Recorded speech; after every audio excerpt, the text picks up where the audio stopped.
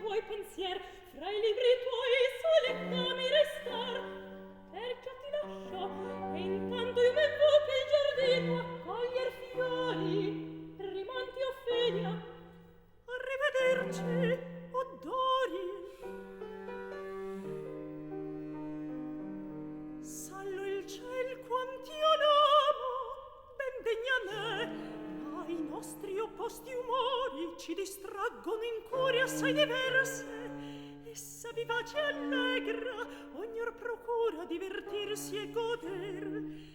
Io d'ozio amo i tranquilli studi. Se questa passion non nutre a letto, qualunque altro piacer